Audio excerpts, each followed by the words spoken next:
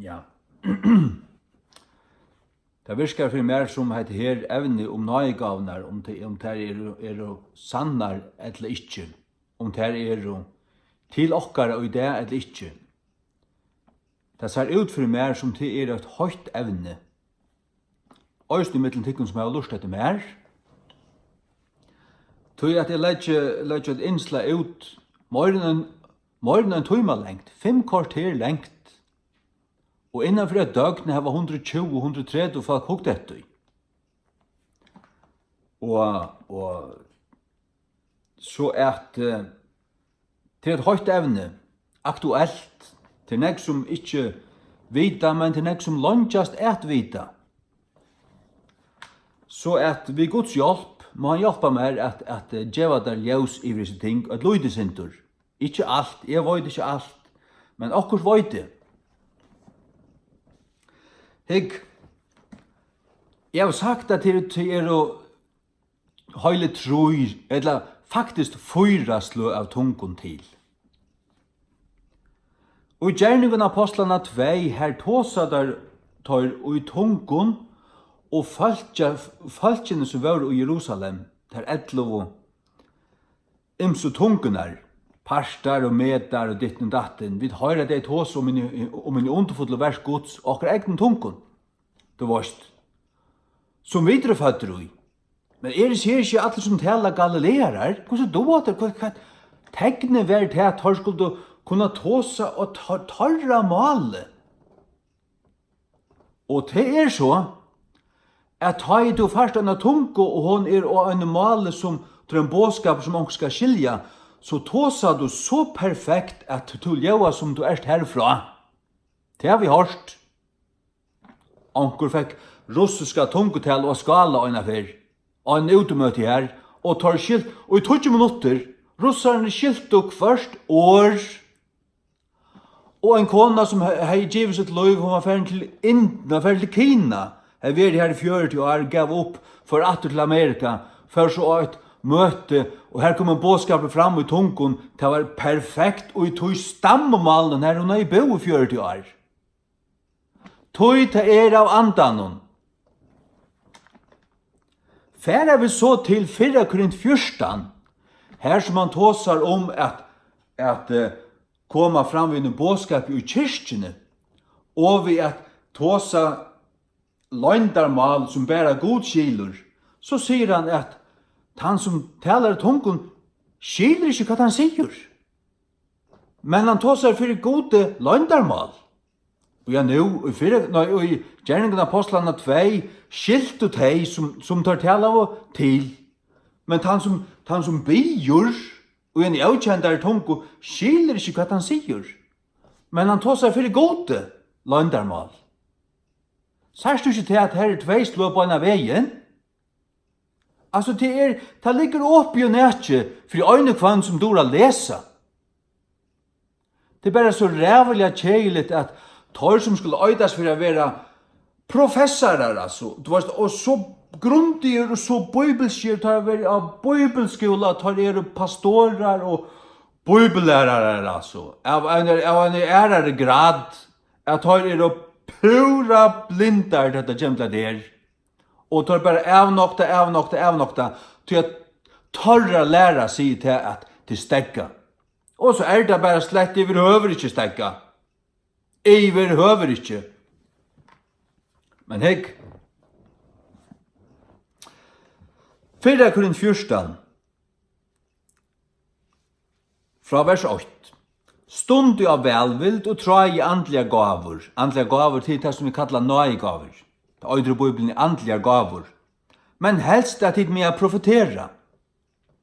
Til at han som talar og en avkjendare tungo, talar ikkje fyrir mannen, men fyrir gode. Hatt ikkje det som er sutt i gjerningen av apostlene 2. Her talar der fyrir mannen og tungon. Og alle baptister som jeg høyre tås om disse ting, tar seg at they're only speaking gibberish. Only babble, og så herma der etter det, så flenna der, og gjør grin på seg. Onkron pinsa tar av hørst, tåsa nekka setningar i tungon, og egentlig er verdig som bådskaper. Han bara tog sig fram i sin bönarmalle. Det kunde jag gott gjort nu, hvis jag ville. Men titta du bara spotta, så det tog mig slett inte.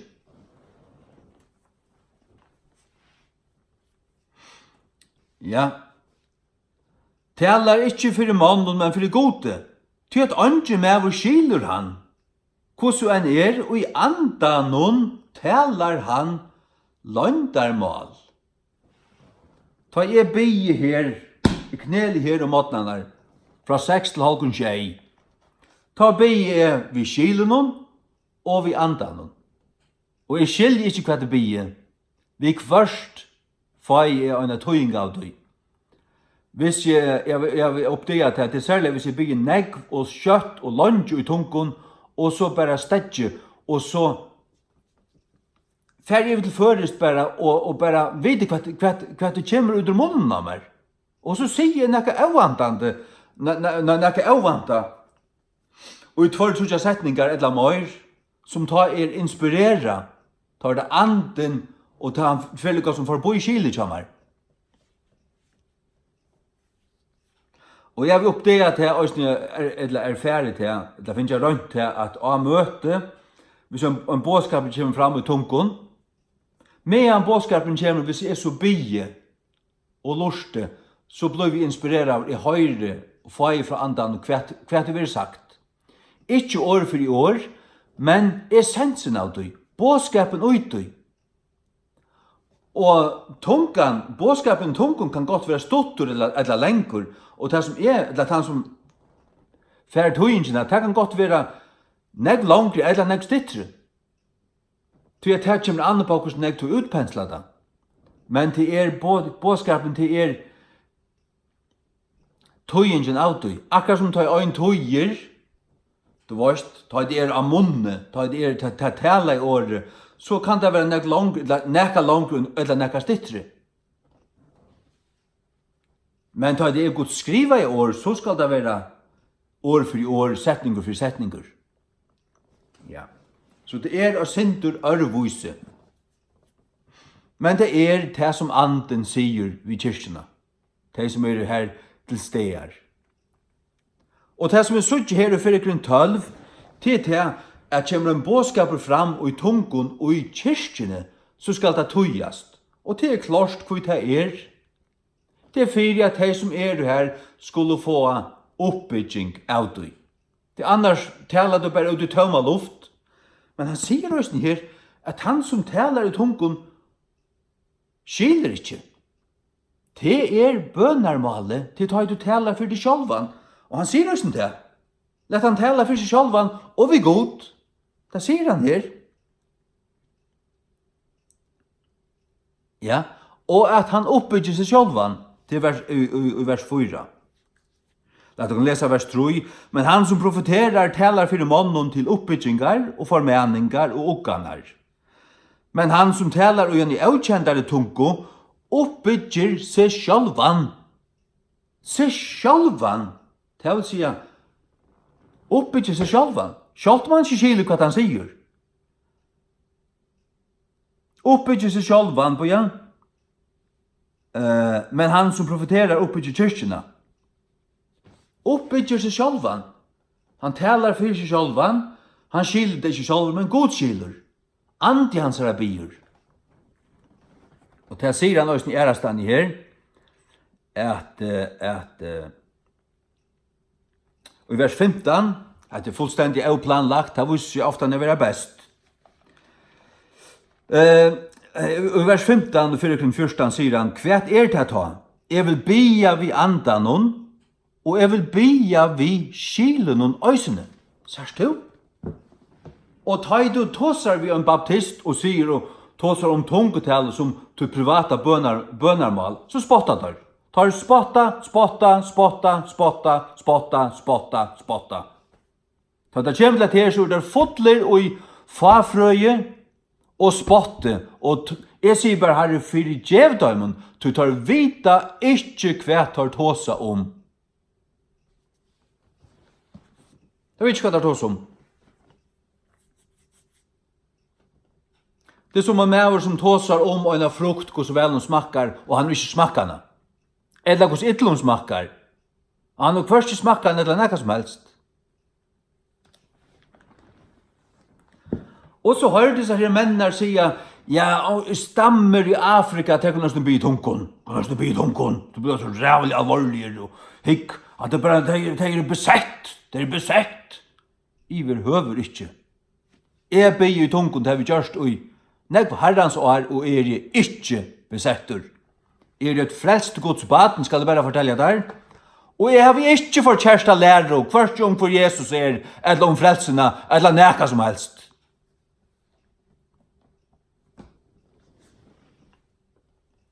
Og jeg har rett å lære om nøygavner, og tid som er nok der, tid det var for kjærsta lære om nøygavner.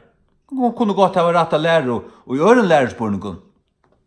Men lærer du cessationism, cessation merker en steggur. To cease kommer fra cessation, at det er akkurat latin og et eller annet. Jeg lærte det opp. Cessation merker en steggur, et eller slit. Det merker at jeg lærer til at jeg stegger i. Hver her var det til fra? Det her var det fra 4 Korint 13, til at disse tingene skulle stegge. Men når stegger de? Tar vi suttja anlit til anlits og kjenna til fullnar sånne som vi selv er kjent. Klaug er det kanskje, klauger er det babsar, og nekva bøker øya dit, og til færre skola, og til leggja dent av kunnskap, men til vita ikke at det kommer til her.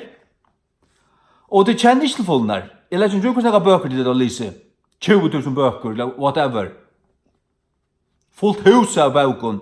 Jeg legger ikke ut det. Det er Guds år som er myndelagen her. Du hever ikke sett, du sart ikke anlitt til anlits. Og du kjenner ikke til fullnar så nekv som du selv er kjentur. Det gjerst du altså ikke. Det er verer ta i to, verer honom luikur, Jesus Kristi luikur. Ta skal du kjenna til fullnar. Jeg vet det.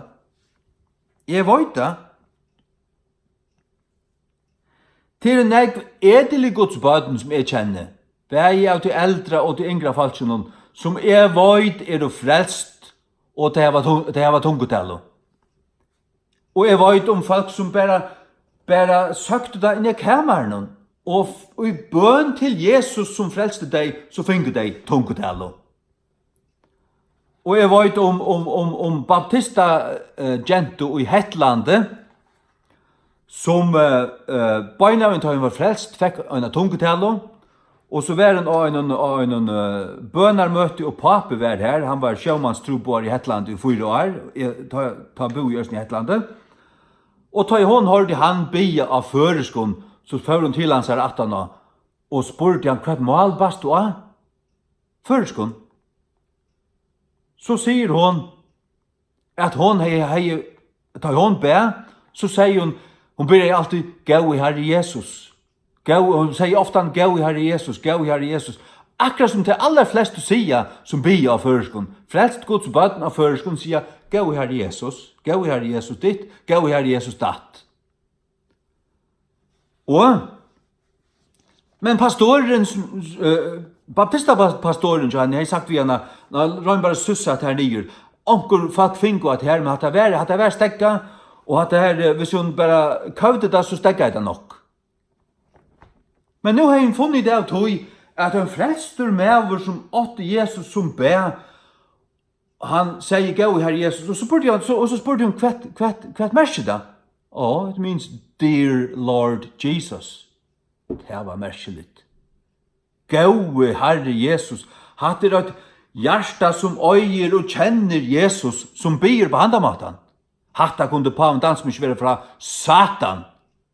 Og det er det ikke. Hatt er ikke fra Satan. Det som er fra Satan, det er tykkere sataniska falslæra, og tykkere sataniska spott, og tykkere sataniska evnoktan, som tingene. Det er fra Satan. Og Janna.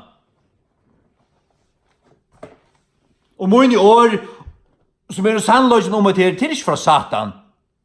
At jeg sier tykkere falslæra er fra Satan, det er ikke fra Satan. Det eneste som fra Satan, det fastlære om at det her. La meg si at det sannløygan.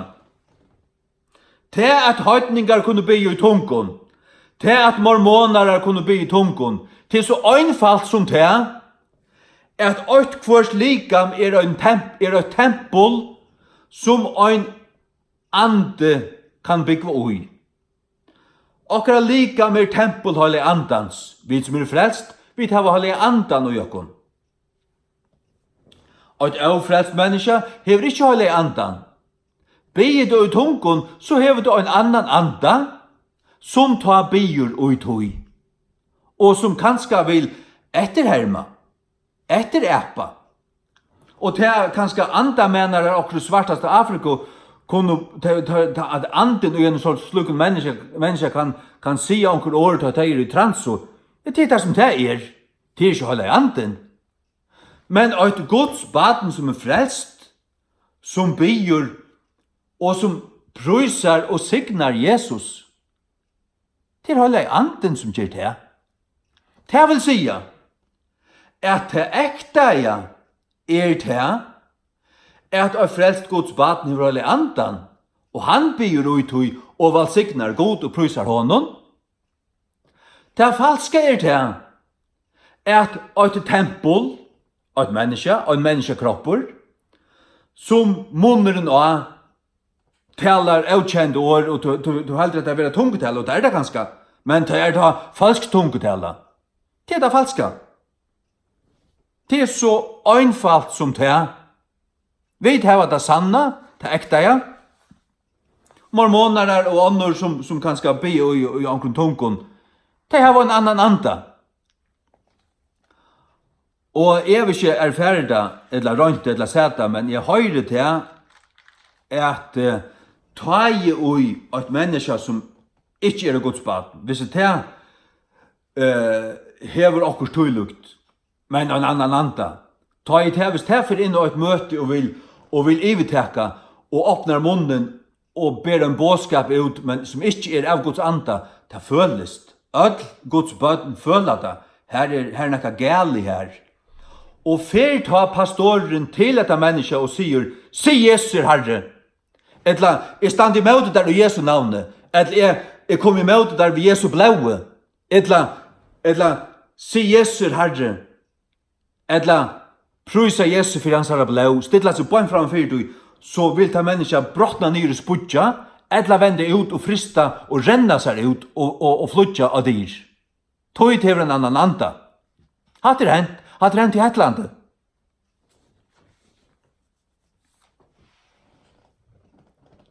Ja. Men fær to til et frelst Guds baden som prøyser Jesus i tungon, og statt fram og fyr du sier Jesus Herre. Ja, men det er han. Det var ikke vel. Hva feiler der? Hva feiler der? Hvis du får så hei frist og være forfjanskaver og fattelig ned av hjørnet og spoi og kroppe seg ut, til to! Du spottar av lortente. Det er jo som er en liknar anda, du som sier det hette fra Satan. Skamma de av den lortente.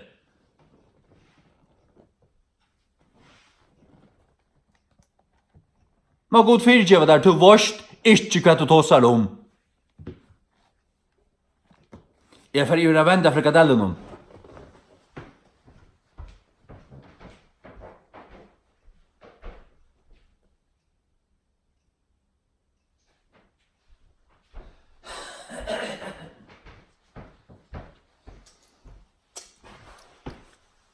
Venda frikadellen om. Ja. Det er det du. Ja. Men så du, i samme kapittel, 4:1, her sier han i vers 22, at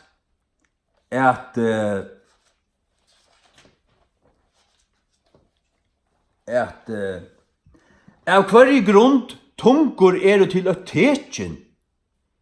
Ikke for tøymen som tryggva, men for tøymen som ikke tryggva. Tungur til å tekjen. Bøyene han tåsar her i vers 2 og 3 om at bia for seg sjálvan. Eller tåsar vi god for seg sjálvan. og han vil oppbygdur. Ja, hetta er et annars slag her. Tegni er, og hetta er i kyrkjene. Tegni er til at det kommer en bådskapur fram, og det kommer en tøying fram, og bådskapen er profetiskur, og han rækar omkran. Du tar gjerda. Ta i anden arbeid vi nøygavnen, ta er det alltid okkur personligt, nekka som han vil, og han tåsar som regel til mennesker som er søkjande og tørvande.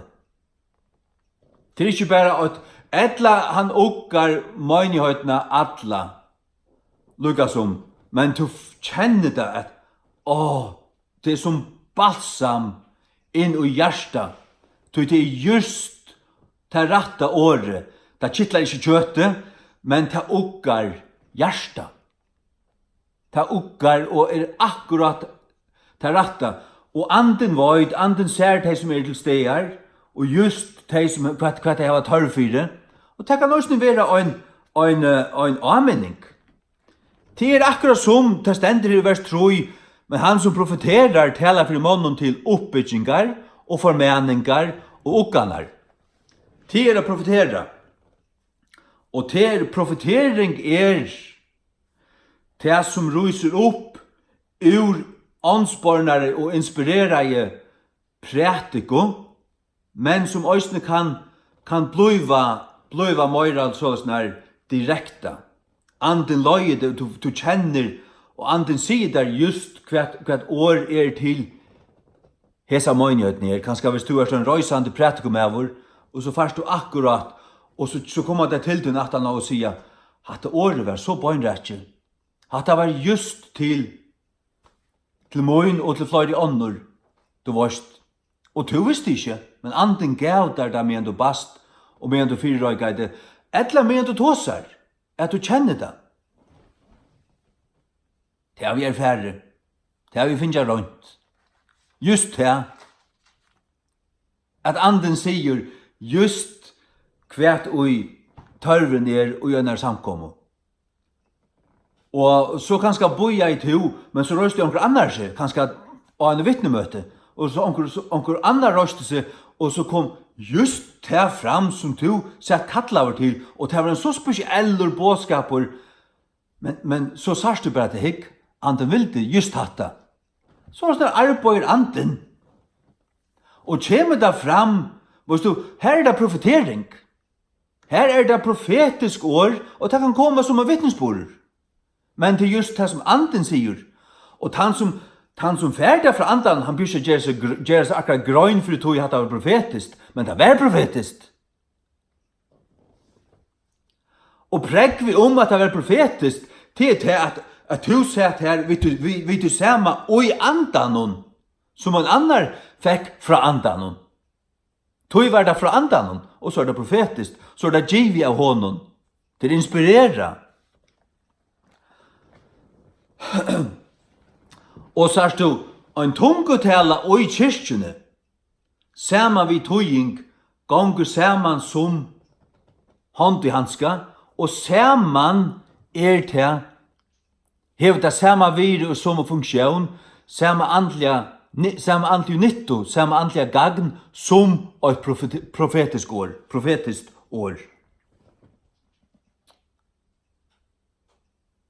Så han sier her i vers 5, jeg vil at det alle taler over tungon, men heldur at det profeterer av, at det kjent og andan, at det var løyter og utikra tale og varst. Men han vil at det alle blir i tungon. Og Paulus sier her, at han blir i tungon, eller taler i tungon, morgen tar atler. Så han brukte til han Paulus sjálfur. Så sier han, til større er han som profeterar, enn han som taler i tungon, utan han tøye, at kyrkja må få oppbygging. Det vil si at han som profeterar er større enn han som taler i tungon, men fært han som taler i tungon tøying, så er han som profeterar ikke større enn han som taler i tungon. Det vil si at taler du tungon og tøyda, så kommer det opp av samme støye som profetering. Tøyta fær gagn, de som høyrer det få gagn av det, samme gagn som hvis det var profetering. Skil du? Halleluja. Men Paulus vil til at i kyrkjene skal det gagna tøymen som kommet sammen. Sjálvande. Til annars kan det bli kjøtligt, annars kan det være til at mennesker bare stand og gjøre seg opp. Ja. Og ja. Halleluja. Jeg får slått nå, kanskje går ifra til 17, for å gjøre nottran litt. Man blir øyla glævur og styrstur av nøygavnen, av bygge tungun. Som det stender her, han som talar tungun oppbygger seg sjálvan til bønarmalet, tog han oppbygger seg sjálvan, og han talar for seg sjálvan og for god. Det er ikke lyst til det, han talar for seg sjálvan og for god. Det vil si privat, men god skilder. Han skilder ikke sjálvur. Det er bønarmalet. Jeg kommer ikke til disse 4 sløyene. Gjerninger av apostlene 2. Det er i en tungomal, men som ikke er tuttmal, men det er skilt og hårst og skilt av tøymen som høyrer det. Det er et kjent mal. Det er jo kjent for det her, men kjent for øren som høyrer det. Det er nummer 8. Nummer 2 er det personlige bønarmalet. Det er det som kommer til bønarveien i 4:14. Han som talar i avkjendare tungo talar ikke for mannen, men for gode. Det er det personlige bønarmalet. Så sier du, ja, hvor sier du bønarmalet? Han sier her òsne at jeg vil bya vi andan og bya vi skilen. Det vil si at det er nekka at bya vi skilen, ta skilen du. Her stender det at du skiler ikke. Det vil si at ut i personlige bønarmalen skiler du ikke. Bya vi skilen, bya vi andan. Så det er at bya vi andan. Nummer 3 er en båskap i tungun i kyrkjen som skal tøyast. Og nummer 4 er jeg vil synja vi andan og jeg vil synja vi skilen. Det sier han. Det vil si at vi skilen og til at du skiler, du varst, nu får jeg synja nummer 648, til vi skilen. Alt funnet og godt vi tog, men det er ikke vi andan. Det kan være en andal i sanker, men det er ikke den funksjonen det her er noe annet. Og det er ikke høye. Det er rønt. Det er av gode. Det er et tegn som Jesus gav. Og i Markus 16, Jesu teksten skulle fylja dem som tryggva. De skulle tala av øren tungon. Det er ikke til at jeg var lært seg et annet tungomal og færre tala til. Det har vi hørt som baptister sier. Da er det så dummer og blåster, da halva er vært, da halva må nok. Og da halda seg være så klaukar, og så er det da så borter til det jævla der, at det er, altså man bare rister vi høytunnas. Det vita ikke.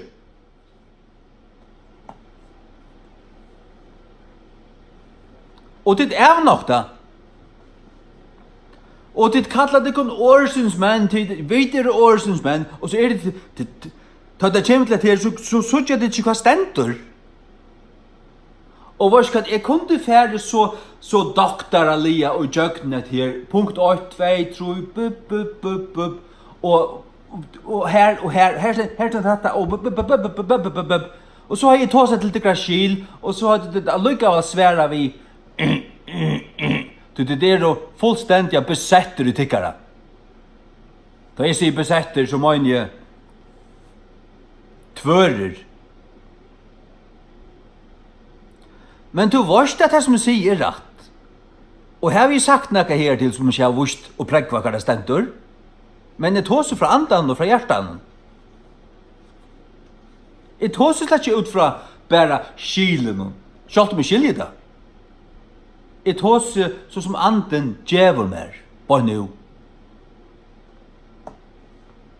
Og jeg vet at det som jeg sier er satt og rett.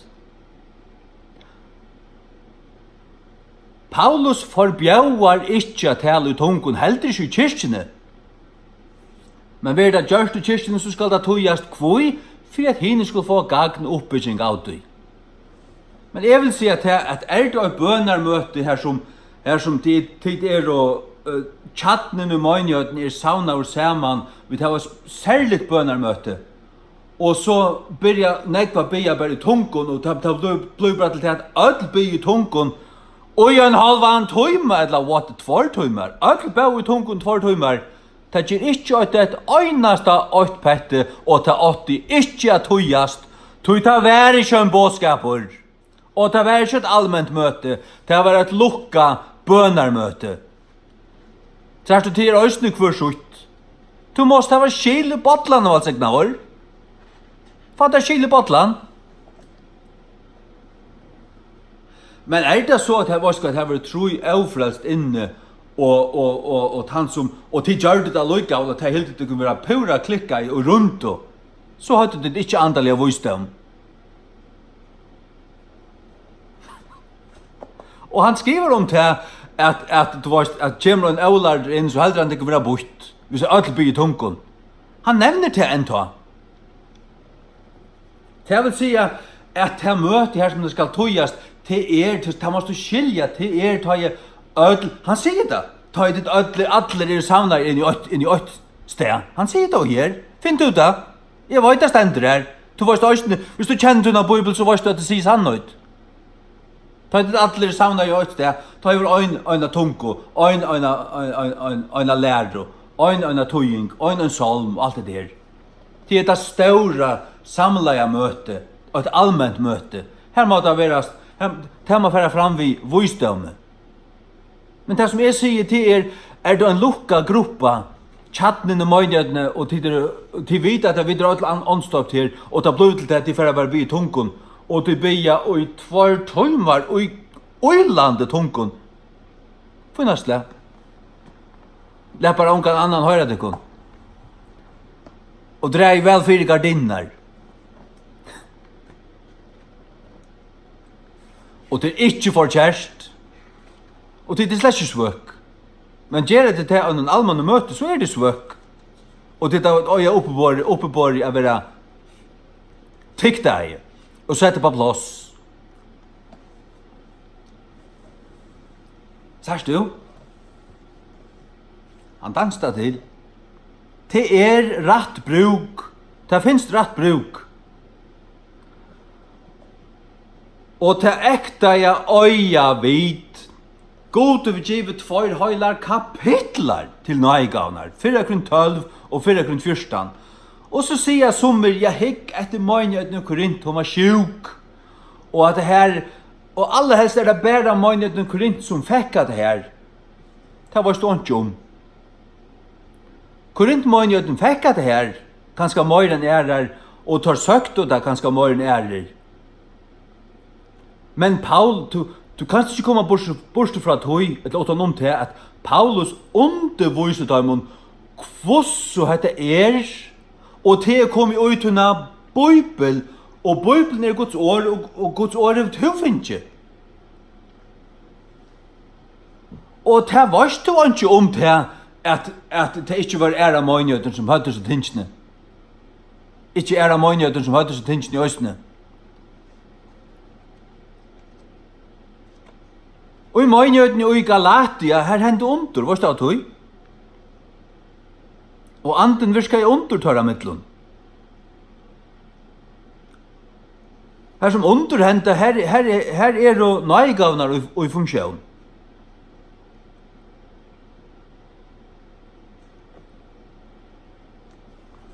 Først sende teater. Vi la meg lukka finne det. Tid der. Ikke godt ja, Flora.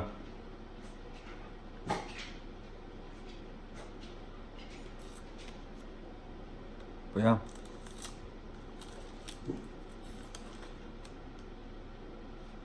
Ja.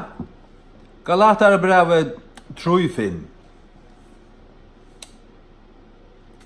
Han tessvegna som tjener tiltikkun andan, og virkar kraftar gjerir tikkara mittlun, gjer han til vi gjerningun lauarinnar, etla vi høyring troarinnar. Han virka i anden, virka i kraftargerir torra mittlun i Galatia. Hver var Galatia? Norrali og Grekkalandi, hvis ikke det er ikke feil.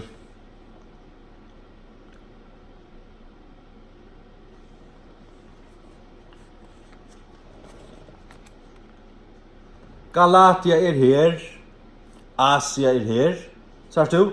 Og Israel er her. Galatia er her oppe. Cilicia, Syria er her ivre. Antiochia er her, Antiochia i Syria. Her som Paulus var sendt ut fra, og her som han kom atter til. Her som vi har akkurat bibel fra. Her som jeg har mine bibel fra, jeg til føren. Galatia er her. Her hent under, torra mittlun. Han virka i det torra mittlun. Det var ikke apostlatekken. Nå, det var ta i bau fyrir kornøren. Så hent under, anden gjør det. Sjálvande. Det sier seg sjálvt. Hvis vi teka det ut fra 4 Korint 12, jeg vil be vi andan, vi skilen, jeg vil be vi andan nøysene, eller jeg vil be vi andan, og be vi skilen nøysene. Be vi skilen til at hun naturliga male. Be vi andan til så tungutala, og i bøn, kanskje du ber privat, bare god skilder. Så be i andan og i bibelskun skilninge er be i tungun. Ja, hver annar tåser om å be i andan Judas. Så Judas tåser om disse ting.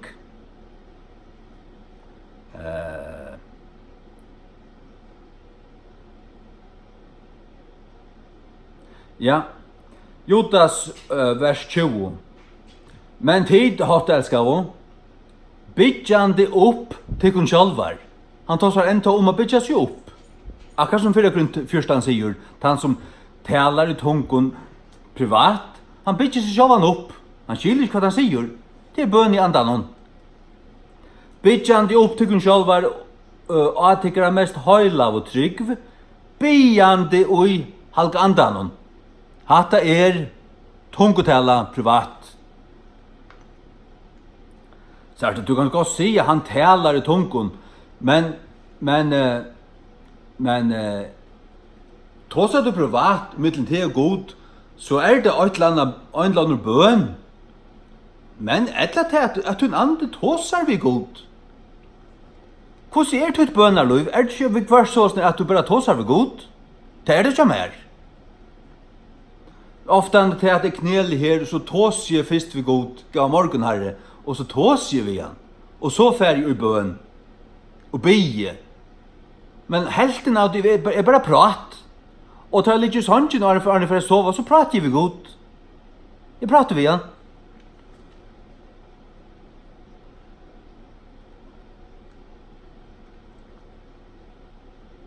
Ja.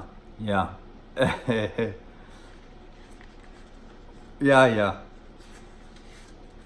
Halleluja. Her var okkur her, ja. Hikk. Og Efesus menn, Paulus skriver til Efesarana i kapittel 6, da han tåser om herklæger Guds. Fra vers 20, at enda brøver møyner, være sterskjer i herran og i kraften av mått i hans herra. Læte tikkun og inn høyla herbuna Guds, at det med å være føre for jeg stande mot snildar brøgtun djevelsins. Og her er det 6 ting, men det kjente er å by i andan. Hør her.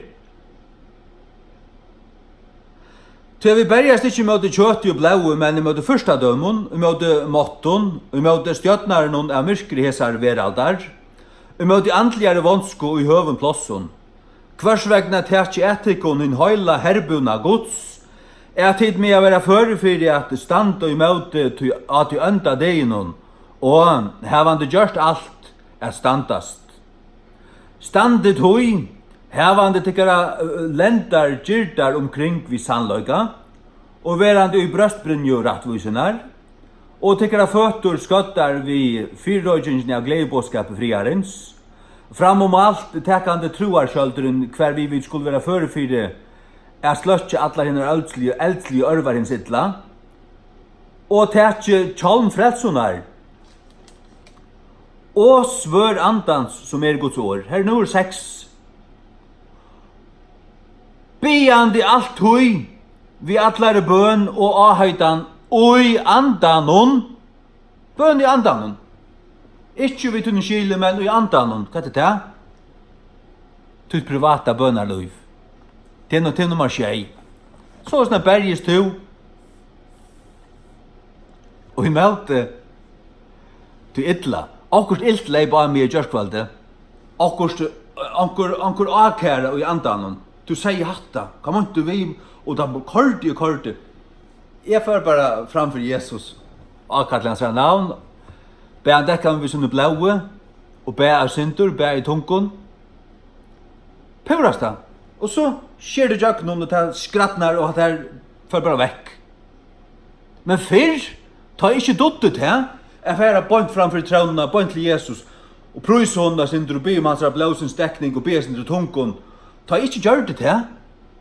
Ta kunne de godt være undertrykt, og være under bardeia, og idea voice. Men nå har vi lært hvordan det skal gjøre. Og så bare løyta av han. Løyta meg opp til hans her. Jeg løyta meg opp til tøyen. Og hvor stender meg med nå? Men så blir jeg bare, og blir i tunken. Men det er hakst, sagt. Du måste ha alt hit. Du måste være uilaten. Alt hit. Tjån frelsenar. Og Brynju rattlettesins. Du måste vita at du er rattvurskjørd vid trygg. Til hans rattvurskjørd som kleide. Og være medvitaver om det, og i tunnen innre menneska. Vita at det er så. Og tjån frelsenar, og Guds år. Være gyrt om lendanar vi gledebåskap friarens og alt det her. Nei, gyrt om lendanar sannløyga. Skøtter og føtterna vi fusløyga til å boa gledebåskap friarens og alt det. Så ta kjenta til å bli i tunken. Halleluja. Amen. Det er et ting som jeg vil si av Arne for jeg får meg nottran, det er til at jeg tykker det er anker nå som det ganger opp for at det har lært falskt, og det standa i en falskare trygg. Og så også det ja, men jeg har lært at jeg har spottet sånn og flent etter sånn her, og jeg vil gjerne gynge inn i at her, og nå har jeg sært holde andan og sånt, hvor skal jeg holde andan over kjedder at du ikke vidt av sannløyden. Men det er at du tås ut fra fagkunno, ja, det er fagkunna, du ikke vidt av bedre. Men hever anden vist der noen ting ut i hjertet nå, så kjenner jeg til at jeg skal si av det, at fer i bøn, og be han om firegjeving, de årene du har sagt i møte som tingene her, og hvis du har sagt han, så er jeg tror vi ser bare Guds anda hvis vi gjør ting vidande. Men tror jeg vi vet ikke bedre, og vi halter til, hvis vi trykker virkelig at det er falskt, og vi så nyrgjør, eller du var sier, ring ting om det, ja, men så halter vi til at det som vi sier er sannhet, det som vi sier om det. Og hei det være sannhet, så er det ikke vært for kjæreste sagt det. Men ta det nå ikke er sannhet som til babsar sier om disse tingene. Så er det så at hvis det ikke eier blir oppleten, så må du vende omfrasen her, og djevast. Og det som jeg må si, at det er hvis de tror at gengen nøyse ting, be så først god om å fyrirgjeva dekkon, og åpna dekkar eier møyr, dekkar skil, vise noen åre, det er at du sarst i åren, anten vist er det i åren. Vønande har vi finnst vist er nokkur ting kvöld, og annars jeg sier undanfærn og innsløyne. Fær så og be god, sida vi han, bare sida akkas mer, her jeg vil få tungetallet, jeg vil bli åndsdøpter. Det er ikke det at du ikke hever holde andan, alt frelst hever holde andan, du vil innsikla av holde andan til at du blir frelster. Efesus brev i 8 sier til han. Efesus 8:13. Innsikla av holde andan. Og du først troar andan, du fars Guds anda, då du blir flest, du blir giten av andan. Men het her blev ånds døptur til ta det for å flåte iver. Og du først tale tunken. Ja. Sars du, det personliga bønarmålet i tunken ikke en av de nødje nøygavene. Bia og i tunken privat kunne ødel frelst, hvis de vilja. Men at jeg får til nøygaven, så du nøygaven til at jeg får bådskaper til kyrkjene og i tunken. Og jeg kunne be om å få tøying og tøya. Så har du en nøygave. Men det private bønarløyvet har vi ikke råkna som en av nøygavene, og alle kunne få det. Og du skal bare be om det. Og typisk sier godar noen ting som kunne være en foran. Ting som han vil at du skal gjøre. Gjøre opp, eller legge av, eller få av venen. Av godar og ting som ikke er rødt og i noen praktiska kristenliv. Det er ikke det at du ikke er frelster, men til hvordan du lever. Det kunne være hindrande og forande og i tog at anden ikke kan komme i det og flåa i kraft og gjøknen til. Så du det som at det er? Det er som at det er? Ja. Nu får jeg få morgen åtteren. Amen. Ta i ebla åndsdøpter. Første fer. Da var det en røysande troboere som ber for meg.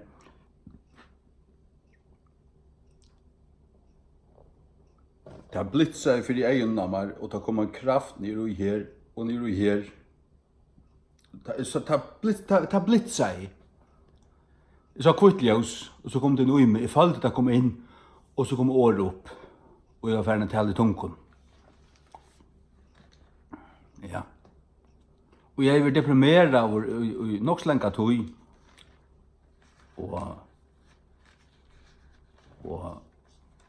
anker even naturlig glede kom i meg. Altså, jeg kunne ikke hitja i egen av meg selv og i et spegel uten å være flenna i 2 dager. Hvis jeg fører inn av ves, jeg hukte i egen av meg, så sa jeg en glede og et ljøs og en eller annen røgnløyke her som jeg aldri nei ser for, altså, og jeg bare brast ut av flenna. Og flenti, altså. Ikke ekstatisk, men i andaligere glede, altså. Det fleit iver av glede, ja. Halleluja. Men jeg satt at notteren så får høyre hånden å brenne som her. Og jeg skal bia for jankron, jeg vet ikke. Her er bia for de som har hørt det her, at jeg må gengen ui etter som tås seg om, det nekkar som ja, det er onkur. Det er 2 faktisk, i ötlumføren. Og med og en kona. Halleluja. Ja, som er jo klart til det her, Jesus. Så bid om at du måst møte dem, og at de skulle fylle til inn og her, og at du skal slippe å fylle til i døypa det vi har i andan, og de skulle fortelle tungen og gengen og her. Og det som du viser dem, som de skulle rute opp og legge av, og det kan være sjønvarp, tåløyger og ting som de lottak ui, eller de kanskje bektale, eller de skulle legge det av, eller det som du minner det av her, Jesus. Det skulle de fylle der ui. Og øysen til affæra til omkran, som kan legge hender av dekon og bya i dekon. Legge hender av dekon og bya i dekon. Det kan jeg gjøre. Onker som du lyder av, eller at legge hender av dekon og bya i dekon, at de må få det her. Da så gjør vi gjerningen apostlene 8.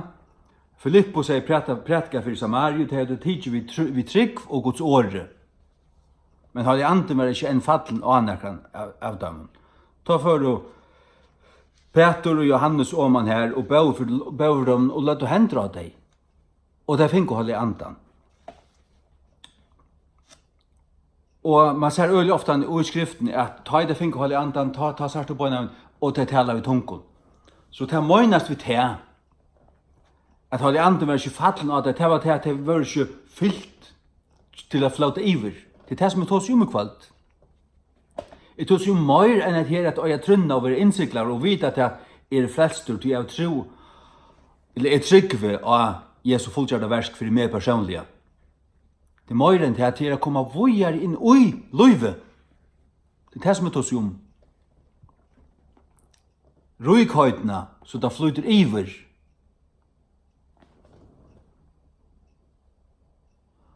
Og jeg vet, og du vet, at jeg kan, lukka vel som nekkar annar, grøya fra, og med så tingene, det har vi ofta gjørst, og det har vi gjort det sindur nu. Det er ikke det som det gonger ute på. Halda en firelester om tingene, nå, så blir vi til klaugare. Det tog mig slett ikke. Jeg vil tåsa til hjärsta. Jeg vil tåsa til tunn anda. Tunn ande og tunn hjärsta, det er åkt. Det er i tunn ande bor, det er i tunn hjärsta. Hele ande vil släppa fytla til, og nærst har vi til. Halleluja. Ja. Ta i ande vil gjøre okkur vi mer, så er hendan hånden her full og i kraft. Jeg satt og åt, og så knapplegande, så började det.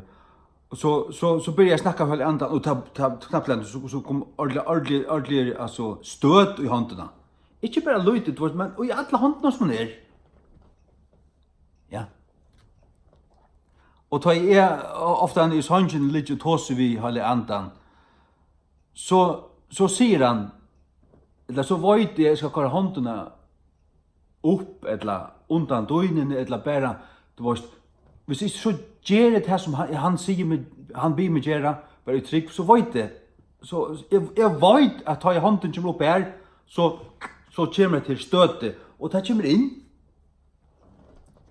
altså og anden er mer blir kvikkaver altså han blir lagraver og det er akkurat det som tar merker han som ber og i tungen oppbygger seg sjálvan, det er et oppbygger, det kan ikke grøyast fra vi noen bedre år enn at lata. Han latar seg sjálvan. Du som er tryggvande, du kjenner kanskje til at her, hvis du hever tant herran og i andan, at du kan være utmatt av anden og der er trøytur. Og ta kan det godt teka trudja det er å komme fire til atter, du føler, nu er det kommet fire med atter, men er det så er det bare så trøyt, du vil bare ligge. Det er dette som må vi.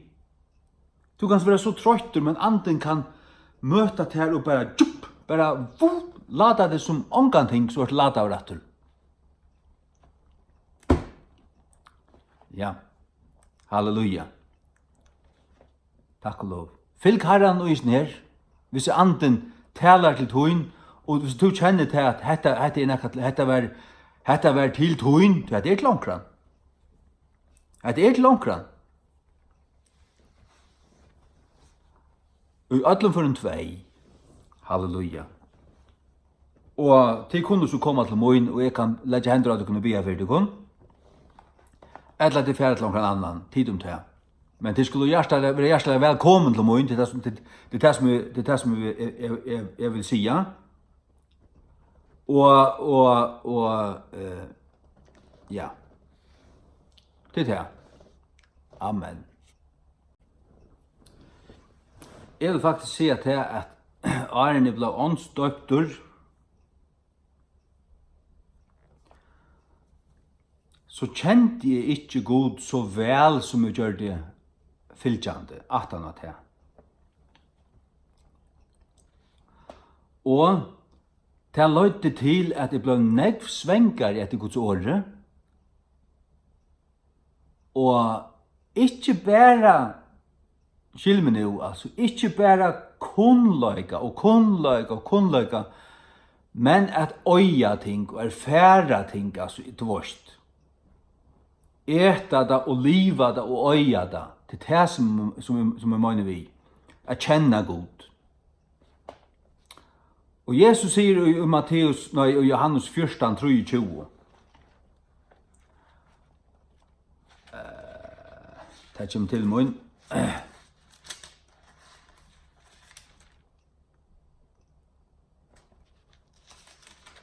14:23.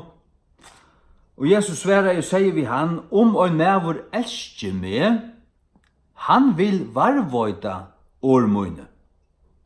Og fægir møyne vil elska han, og vit vil jeg komme til hansara, og gjøre okkara bostad tja honom.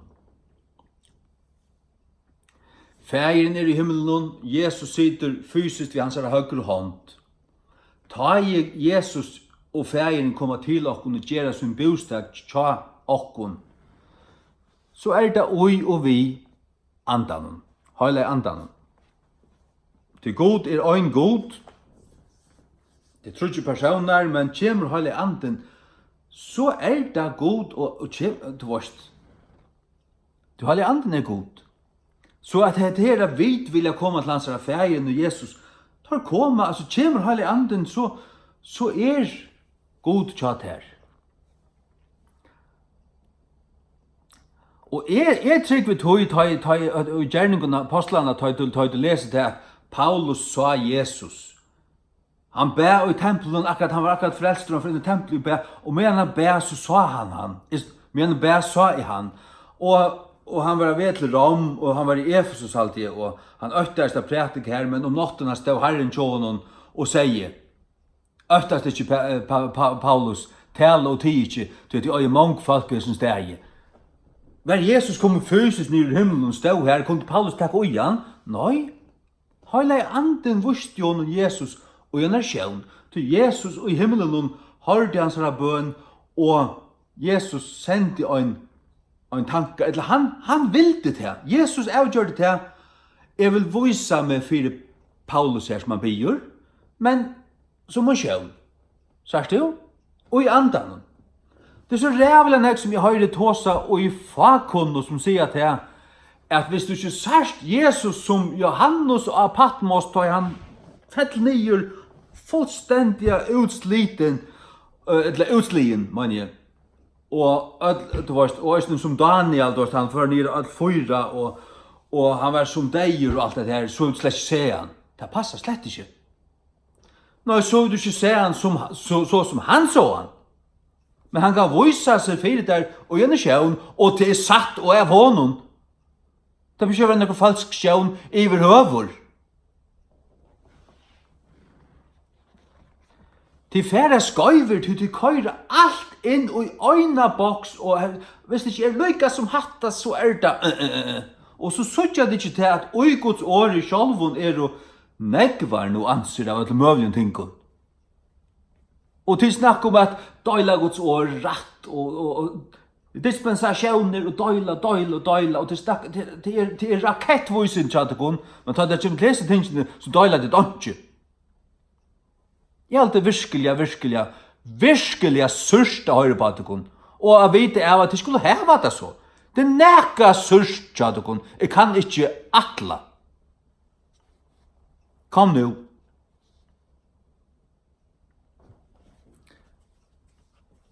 Vær ikke Guds fudjendar. Jeg åpna i Bibelen her, og hon åpnast av Jesaja 3:12. Men tar gjør du opprøst, og nøvdu hans høylaja anda. Tog vær han ventur til at vera torra fudjende, og han bardist og i møte tøymon. Tar gjør du opprøst, og nøvdu. Gjør du andan sorg, tar nøvdu han. Gjørst du opprøst, så varst du, og du er troskur allikevel, og fært bare fram turnand i kjøtenen. Så gjørst du opprøst i møte andan, og ta bergest Herren i møte der. Ta gjørst du til sjálvan til Guds fudjenda. Viser god ter sannløygan, så min bøn fyrir ter at du måst hava andalit vid og hjärsta til at bodja det fire sannløyganon og liva heretter. God sikten det til tess. Og Jesu navne. Amen. Orsaka med, men jeg har jo akkurat ting enn hjertan. 2 ting. Ta fyrra til at jeg nevnte at her hvordan man blir oppbygdur og styrtur, og jeg sier til at jeg tar så om gleden av isen her, og at jeg kommer kjenne Herren betur, og fikk en tost etter Guds ord, jeg ångan til å lese Guds ord, så jeg får å lese Guds ord negv møyr, og på en annan måte. Og det var ikke bare for at minnast og doa, det har vi alltid haft, det har jeg åren til. Vita og minnast versk hva det standa, det fikk jeg på en av veien. Men jeg tog som at øya det og eta det og hava erfæret det og kunne vita og i andan just såles det. Og tog seg ut fra andan, ikke bare jeg vet at det her, jeg har lyst til å bøker med det her, ankjort tvall. Det er øyes ut plass, men hvis det er alt, så blir det torst og dett. Du måste erfære det. Jeg så akkurat her stendt skriva, Guds rujt er ikke eting og drekking, men kvært? Rattvise, friur og glede i halga andan.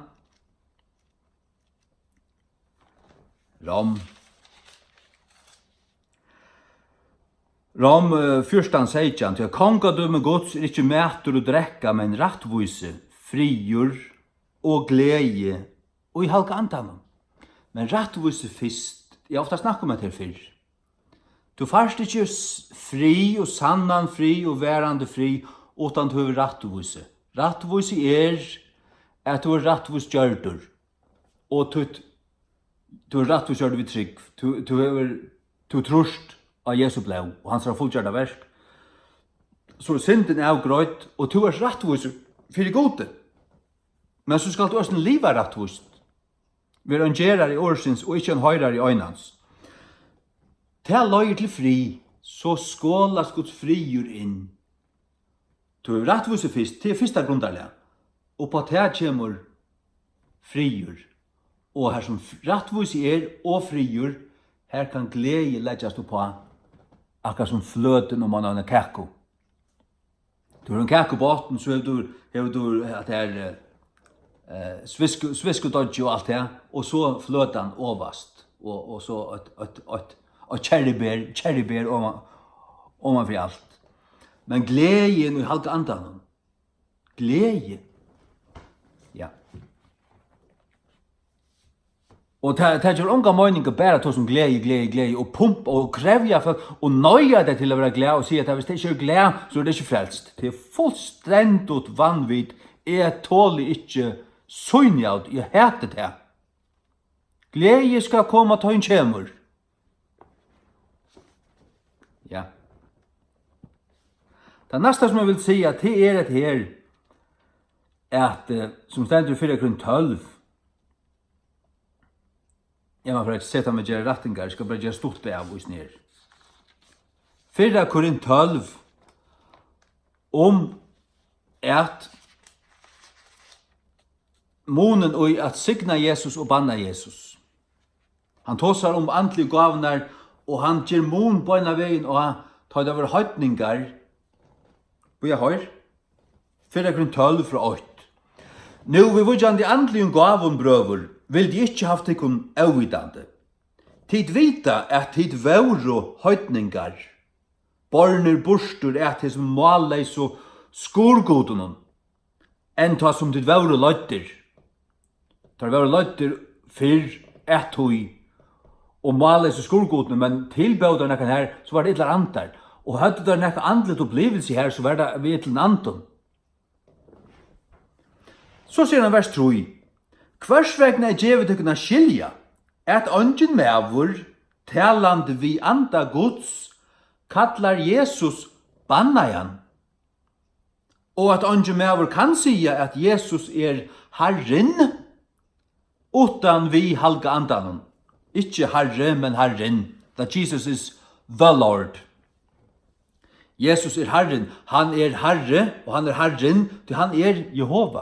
Han er god. Ikke her vi sagt at han er fægeren, han er ikke fægeren, han er soneren, men han er åkt ved fægeren. Fægeren, soneren og halvdje anden er og god, vi tar øyn god, ikke trudjar. men tror ikke personer og i god dømen. Og i god høyden. Det vil si at det var høytninger, ta banna der Jesus. Ta kunne der skje Jesus var Herre. Men nå tar der ero. Kommer til trygg av Jesus og frelster. Så kallar det ikke Jesus banna igjen. Det vil si at tar signa Jesus. Og tar sier Jesus Herren. Her moneren. Og her måste du skilja til at det ikke øyne for Jesus. Altså til sjálvande møynast hetta vi ut fra Bibelen i atlare, han skriver også til Korintmen til at det finnes en annan Jesus, en annan gledebådskap, og en annan ante. Til sjálvande ikke han. Til sjálvande den ratta læran. Den ratta grundarleie. Stendur du her, vi rattar lærer om frelsena, rattar lærer om Jesus, rattar lærer om God, rattar lærer om evigan døm, evigan glætan, öll disse tingene. Frelse av nøye utan gjerningar. Til øyla viktigt. Og slik ting. Alt det på plass. Og to fra andanon valsignar Jesus, du bannar han ikke, men valsignar han, jamen så det Guds ande. Men her som det ikke finst, her det ikke Guds ande. Her mennesker stødd og tog at de vil drien at male som skurgoden og egentlig tilbyr djevlar. Sørst du? Det viktig at det er. Tog dette øyelig sentralt, som jeg fortalte om å se unge jentene i Hetlandet. At hon kunne ikke forstande det her, ja, men hon finnes ikke tungetall, og hon sier, «Gau i Herre Jesus», hon prøy, altså, hon kunne tro tog, at skulle hun tro sin babsa, pastori, at så sier hun, «Banna over Jesus». Men det sier hun ikke, hon sier, «Gau i Herre Jesus», og i føreskare tungetall. Hvordan søren kunne det være fra Satan, og hun visste ikke hva hun sier, men nå fann hun det hva hun sier. Det ble en lysande for henne, at dette var fra gode. Og pregteksten her, det som hun viser der her, at han som taler av Guds anda, han signar Jesus, han kan ikke banna han. Han som sier, «Gau i Herre Jesus», han kjenner han og øyer han. Særlig hvis anden taler de årene i øynene, og til forbo i hans forstand, men anden sier det, så det vissulige høyla i anden. Det måste forstanda. Forstendet du det ikke, og avnoktet du det enn, må Gud så forbarma seg i det. Jeg gjev det opp til hans rattlaging. Amen.